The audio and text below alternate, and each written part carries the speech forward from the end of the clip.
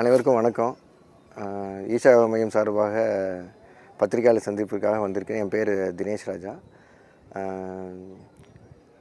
இன்றைக்கு உயர்நீதிமன்றத்தில் ஒரு முக்கியமான வழக்கு, அந்த வழக்கு சம்பந்தமான ஒரு உத்தரவு ஒன்று வந்திருக்குது.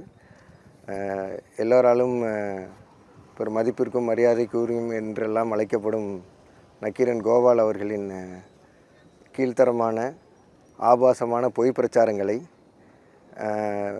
தொடர்ந்து மேற்கொண்டு வந்த நிலையில் இது தொடர்பாக 2024ஆம் ஆண்டு டிசம்பர் மாதம் நாங்கள் ஒரு வழக்கு உயர்நீதிமன்றத்தில் தொடுத்திருந்தோம். அந்த வழக்கு சம்பந்தமாக தீவிர விசாரணையெல்லாம் நடைபெற்று கடந்த ஒரு ஆண்டுக்கு மேலாக விசாரணையெல்லாம் நடைபெற்று வந்தது.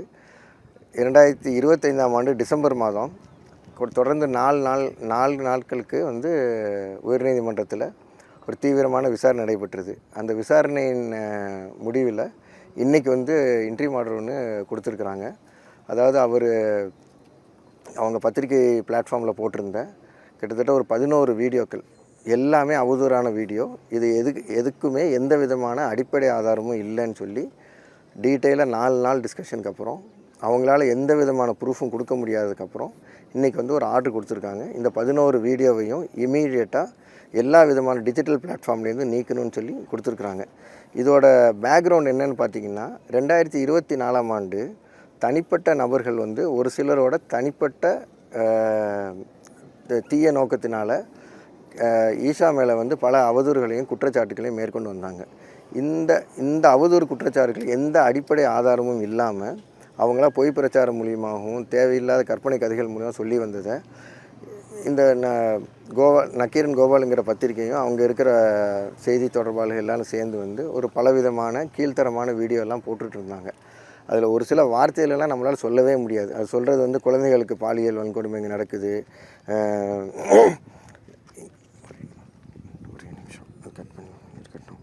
வன்கொடுமையில் சிறுவர் சிறுமிகள், சித்திரவதை களமாகும் ஈஷா, இந்த மாதிரி எல்லாம் பல விதமான நம்மளால் காது கொடுத்து கேட்க முடியாத அளவுக்கு உண்டான வார்த்தைகளெல்லாம் உபயோகப்படுத்தி பண்ணியிருந்தாங்க. ஸோ இந்த விசாரணை வழக்கு நடந்துகிட்டு இருக்கும்போது நீதிபதி அவர்கள் நீங்கள் சொன்ன குற்றச்சாட்டுகள் இந்த வீடியோவில் போட்டிருக்கிற எல்லாத்துக்குமே என்ன ஆதாரம் கேட்டப்போ அவங்களால ஒரு அடிப்படை ஆதாரம் கூட கொடுக்க முடியல. அதே சமயத்தில் இந்த தனிப்பட்ட நபர்கள் எங்கள் 24ஆம் ஆண்டு கொடுத்துருந்த பல்வேறு புகாரின் அடிப்படையில் தமிழக அரசாங்கமும் காவல்துறையும் தீவிரமான விசாரணை மேற்கொண்டு ஃபொரன்சிக் ரிப்போர்ட்டு, டிஜிட்டல் அனாலிசிஸ் இது எல்லாமே பண்ணி ஒரு க்ளோஷர் ரிப்போர்ட் கொடுத்துருந்தாங்க. அவங்க சொன்ன தனிப்பட்ட நபர்கள் சொன்ன பொய் குற்றச்சாட்டு, பள்ளிக்கூட குழந்தைங்க மேலே கொடுத்துருந்தது, இங்கே இருக்கிற சுவாமிஸ் மாஸ் மேலே கொடுத்துருந்தது, இது எல்லாமே ஒரு 3 வெவ்வேறு விசாரணையில் எதுவுமே உண்மை இல்லை அப்படின்னு தமிழக காவல்துறை ஒரு தெளிவான பதிவை போட்டு அது க்ளோஷர் ரிப்போர்ட் இருந்தால் அந்த க்ளோஷர் ரிப்போர்ட் நாங்கள் உயர்நீதிமன்றத்தை சமர்ப்பிச்சிருந்தோம். அந்த க்ளோஷர் ரிப்போர்ட்டுக்கு அவங்களால எந்த பதிலுமே அளிக்க முடியல. ஏன்னா நீதிபதி அவர்கள் ரொம்ப விளக்கமாகவே இதை கேட்டாங்க. ஒவ்வொரு வீடியோலையும் என்ன எழுதியிருக்கீங்க, என்ன சொல்லியிருக்கீங்க, இதுக்கு உங்களுக்கு அடிப்படை ஆதாரம் என்ன, எதுக்குமே அவங்களால ஒரு சிறு துளி கூட அவங்களால ஆதாரமோ அதுக்கு உண்டான சப்ஸ்டான்சியேட் பண்ணுற மாதிரி எந்த விதமான கண்டென்ட்டுமோ இல்லை மெட்டீரியலே அவங்களால கொடுக்க முடியாத காரணத்தினால இன்றைக்கி அந்த மொத்த வீடியோவும் இம்மீடியட்டாக டெலீட் பண்ண சொல்லி எல்லா டிஜிட்டல் பிளாட்ஃபார்முக்கும் அவங்களுக்கு கொடுத்துருக்குறாங்க. இது உண்மைக்கும் ஈஷாவோட நேர்மைக்கும் இவ்வளோ ஆண்டு காலமாக நாங்கள் சமூக சேவையில் எவ்வளவு சிறப்பாக செயலாற்றிகிட்டு இருக்கிறோம். ஒரு சிலரோட அவதூறுனால் பல பேர் மனசில் ஒரு பொய்யான தகவல் போய் சேருது.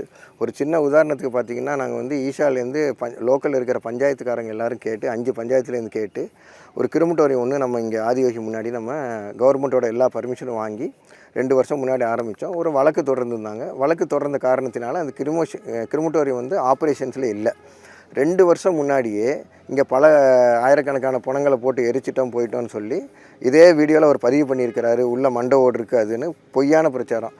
ஆக்சுவலாக பார்த்தீங்கன்னா 2 வாரத்துக்கு முன்னாடி தான் உயர்நீதிமன்றத்தில் வழக்கு நிறைவு பெற்று 2 வாரத்துக்கு முன்னாடி எல்லா கவர்மெண்ட் பர்மிஷன் வாங்கி இப்போ நம்ம கிரிமட்டோரியம் வந்து செயல்பட்டுட்டு இருக்குது. இங்கே செயல்படுற இப்போ கிரிமட்டோரியம் வந்து லோக்கலில் இருக்கிற எல்லா பஞ்சாயத்தாரும் எல்லாத்துக்குமே இலவசமாக பண்ணிகிட்ருக்குறோம் நம்ம.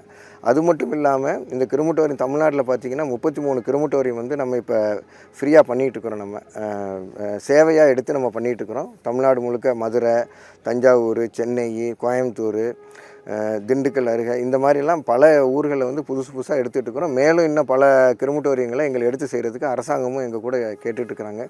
இந்த வழக்கு பொறுத்த மட்டும் இந்த விசாரணை ஒவ்வொரு கட்ட விசாரணை போகும்போதுமே அவங்க கொடுத்துருந்த ஆதாரங்கள் எதுவுமே வந்து அவங்களுக்கு வந்து பொருந்தவே இல்லை.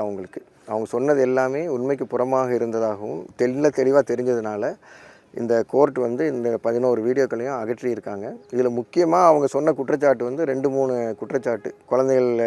குழந்தைகளை வந்து தேவையில்லாமல் துன்புறுத்துகிறாங்க, குழந்தைகளுக்கு அடிப்படை இது பண்ணி கொடுக்கறது இல்லை, அவங்க வந்து இங்கே மூளை செலவு பண்ணுறாங்க, இந்த மாதிரிலாம் கொடுத்துருந்தாங்க. அதுக்கு எந்த விதமான அடிப்படை ஆதாரமும் இல்லாததுனால இந்த வீடியோஸ் எல்லாம் நீக்க சொல்லியிருக்கிறாங்க. நீதிமன்றத்துக்கும் அரசாங்கத்துக்கும், தமிழ்நாடு அரசாங்கம், காவல்துறை எல்லாத்துக்குமே எங்கள் நன்றியை தெரிவிச்சுக்கிறோம். ஏன்னா உரிய முறையில் தெளிவான விசாரணை பண்ணி அந்த விசாரணையின் அடிப்படையில் கேஸை க்ளோஸ் பண்ணதாக இருக்கட்டும், இல்லை நீதிமன்றத்தில் தாக்கல் செய்யப்பட்ட ஆவணங்கள் எல்லாமே வந்து தெளிவாக இருந்த காரணத்தினால இன்றைக்கி வந்து எங்களுக்கு ஒரு நியாயம் கிடச்சிருக்குது. நன்றி. ஆனால் இந்த டிஃபமேஷன் கேஸே வந்து நாங்கள் நஷ்டஈடு கேட்டு தான் போட்டிருக்கிறோம். அது வந்து இப்போ அவங்க கொடுத்துருக்கிற வந்து இடைக்கால உத்தரவு தான் கொடுத்துருக்காங்க. நிச்சயமாக வந்து அந்த நஷ்டஈடு வந்து அவங்க கட்டுற மாதிரி தான் இருக்கும். ஏன்னா அவங்க சொன்ன எந்த போட்ட வீடியோவில் அவங்களால ஒரு சிறு துளி ஆதாரம் கூட கொடுக்க முடியாத நிலைமையில தான் 4 நாள் வாத பிரதிவாதம் எல்லாமே நடந்ததுக்கப்புறமே அவங்களால ஒரு சின்ன உண்மையை கூட அவங்களால வைக்க முடியல. இது வந்து நியாயத்துக்கும் எங்களோட நேர்மையான சமூக பணிக்கும் கிடைத்த மிகப்பெரிய வெற்றி. எப்பயுமே உண்மை ஜெயிக்கும். அதே மாதிரி இப்போவும் எங்களுக்கு உண்மை ஜெயிச்சிருக்குது. நியாயமான தீர்ப்பு எங்களுக்கு வழங்கப்பட்டிருக்குது. எங்களுக்கு ஏதாவது கால அவகாசம் சொல்லியிருக்காங்களா? இல்லை, இன்றைக்கி ஆர்டர் வந்தவுடனே நேச்சுரலாகவே வீடியோ வந்து அவங்க சம்மந்தப்பட்ட கூகுள், மெட்டா அவங்களுக்கே அனுப்பிடுவாங்க. ஸோ அவங்க ஆட்டோமேட்டிக்காக அந்த வீடியோஸ் எல்லாமே டெலீட் பண்ணிடுவாங்க. அவங்க இப்போ இது வந்து பார்த்திங்கன்னா இனி வர காலத்தில் வந்து பல சமூக வலைதளங்களில் ஒரு எடுத்துக்காட்டாக இருக்கும்னு நினைக்கிறீங்க? இது வந்து பல ஆண்டுகளாக பண்ணிகிட்டு இருக்கிறாங்க. நாங்களும் இதுக்கு முன்னாடி வெவ்வேறு இந்த மாதிரி பொய் அவதூறு பலப்புறவங்ககிட்ட எல்லாமே நாங்கள் டிஃபமேஷன் போட்டிருக்கிறோம், அது ரிமூவ் பண்ணியிருக்கிறோம். மேலும் அடுத்த கட்ட நடவடிக்கையாக நாங்கள் பல்வேறு யாரெல்லாம் இந்த மாதிரி பேசியிருக்கிறாங்க இவங்க மேலே எல்லாமே இந்த வழக்கில் எல்லாமே நம்ம போட்டுட்டு இவங்க இந்த மாதிரி செய்யக்கூடாதுங்கிறது உண்மையை வெளிக்கொண்டு வரக்குண்டான சட்ட ரீதியான செயல்பாடுகளை வந்து நாங்கள் எடுத்து நடத்திட்டு இருக்கிறோம். நாங்கள் இப்போ நன்றி.